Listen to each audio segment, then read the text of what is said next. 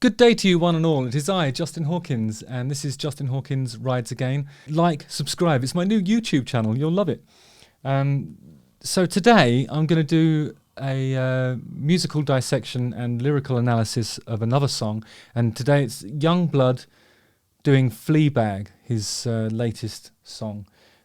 Just looking at the numbers, a lot of people have looked at it on YouTube already. And I don't blame them. He's an attractive person. There's no question about it. Here's some facts about the person himself. His name's Dominic Harrison. Strong name. Sounds like a movie star, doesn't it? He's 24 years old. That's much younger than I was when I attained the success that I was 28. I'm still 28. So, in 2018, he released his first EP, Yungblud, followed shortly after by the album 21st Century Liability in 2019. He released another EP, The Underrated Youth. His second album, Weird, with an exclamation mark, was released in late 2020 and peaked at the top of the UK albums chart and reached number 75 on US Billboard 200, which is an amazing set of achievements. He's really doing well, and I think he deserves it. I'll tell you why. He's important. This guy matters, not just because of this fact here. He states that he is sexually fluid. I think it's brave to state any sexuality. Even today, I think it's admirable to literally come out and say that. But he's more often straight, as am I. And he dresses in a punk gender fluid way. So this is my first point about him. I think my father, he introduced me to a lot of the best dad rock there is. Fleetwood Mac, Bryan Adams, Tina Turner, Queen, of course, and all this stuff. But he was also massively into the Sex Pistols. For me, when you say punk, the only touchstone that resonates for me is the Sex Pistols, and that's UK punk. Maybe they're not the pioneers and founders of the entire genre, but I feel like when you say punk, I always think of Sex Pistols. But I think when you say punk in relation to Yungblud, you're talking about the more sort of technicolor, alt-rock, Americanized version of punk. And I'm not saying that as a criticism. I just think those two genres, the American version of punk and the English version of punk, should have two different names, really, because they don't really sit that comfortably together.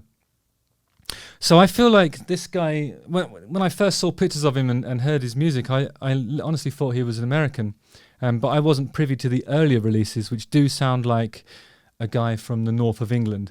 In fact, it sounded a bit like something between the Stone Roses, Oasis, and, dare I say it, Kasabian, who say that they're from the north, but they're actually from Leicester, which I think is probably more Midlands, and I'm allowed to say that because I have family there. I'm not saying that to diss anybody or anything, but I think if you say you're from the north, you want to be more than sort of 30 miles north of Lowestoft. If you look at the map and look at where Leicester and Lowestoft is, you'll recognise that it's not that much further north, and I don't think you can really call Leicester a northern town, as it were. But I think Doncaster, which is where Dominic Harrison comes from, is the north. And as such, he's already an artist with great authenticity. Anything that comes from the north of England matters more, and I'm not sure why that is. It just feels like that to me. Let's have a look at the song itself. Here we go. I was just playing along with it a little while ago. It seems like up until maybe the end of the second chorus, at least, it goes. Oh no, I started playing Nirvana. Fuck's sake.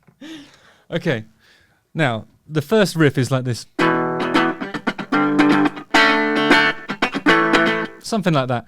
So, it's a really obvious comparison could be drawn between that and Smells Like Teen Spirit. I think that's one of the reasons why I thought he was American, probably because that's obviously one of the many incarnations of punk that we've seen over the years, but it's definitely, the Seattle approach. It definitely just sounds like Nirvana. But the chords themselves remind me of lots of other American punk. Na na na na na na na, the boulevard of broken dreams.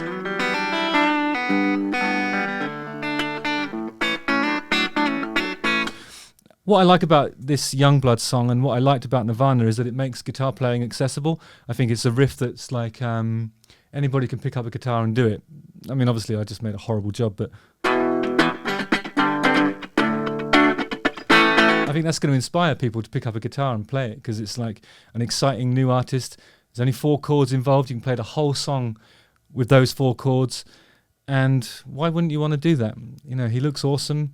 He plays exciting music. He's got a great attitude, and the songs are easy to play. It's good for music when people do that. I think it helps rock, especially, or punk, to move forwards.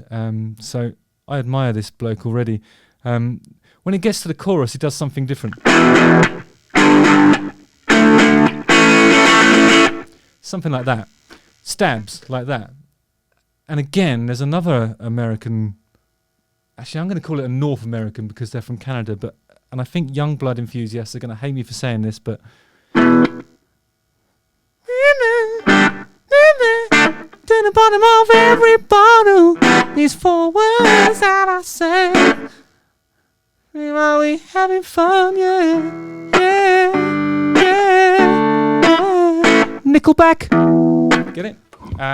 Yeah. So that, I don't think that's a bad thing either. That was a big song. Rightly so. It's the reason why everybody finds Nickelback annoying, is that it was a hit. You know, people who have hits tend to become somewhat annoying, especially if you have to listen to it all the time. I don't think that's going to happen to Yungblud, because I feel like he's. I'm really pleased that he's breaking through and making a lot of waves, and everyone's excited about his gender fluidity and all this sort of stuff. But he's going to get a chance to develop. I think new bands, when they come through and they're playing that kind of music, if they don't make an impact with the first 2 or 3 releases, they are cast aside by the music trade and never thought of again by anybody. But that won't happen to him. He'll develop. He'll kick on. He'll become great, because he sings super personable. I think the performance in this video is dangerously charismatic. So I like this. I like the way it's not drop D as well. There's too much modern punk that's in drop D. As soon as I hear it, I go, okay, so you've heard a Soundgarden record, and you've decided to do some punk because it sounds easy and you can move your fingers around, and you know, this is. You can pick up a guitar that's tuned the way, in my view, a guitar should be tuned. E, A, D, G. What's the other one? B, E. That's all you need. If you can't play a song on a guitar that's tuned traditionally, well, maybe you should consider a different instrument. But I think this is going to inspire, as I said before, people are going to pick up guitars that are tuned to dad rock, and they're going to love it. Let's have a look here a second. I'm just a Fleabag. Nobody loves me. I love you. Send me to rehab. Somebody touch me. I feel your pain.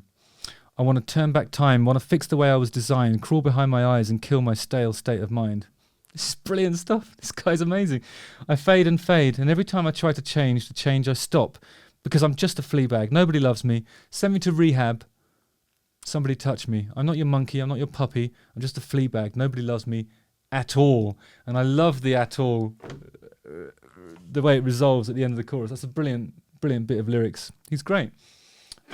But on the Green Day one, there's a B section, isn't there? Like in terms of the music itself, where it goes from.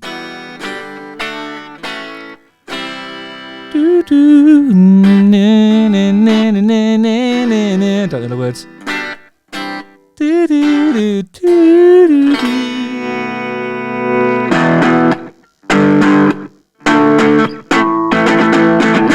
And I think Yungblud has resisted the temptation to put that B section in. Maybe he does it after the second chorus, I don't know. But this isn't the guy that's going to be doing things like key changes and, you know, Stevie Wonderisms and making it posh. I think that's not the point. I think this guy is actually punk rock in the American sense, and to a lesser extent the old school sense. I love the way he dresses. I think he's really important. He's going to inspire people to pick up guitars. I wouldn't describe it as a great song, but I think he's a great artist in the making. So good luck to you, Yungblud. I hope it all works out. And yeah, congratulations, you've just endured another episode of Justin Hawkins Rides Again, and I bid you all adieu and thank you for your support. Like, subscribe. Merci bien.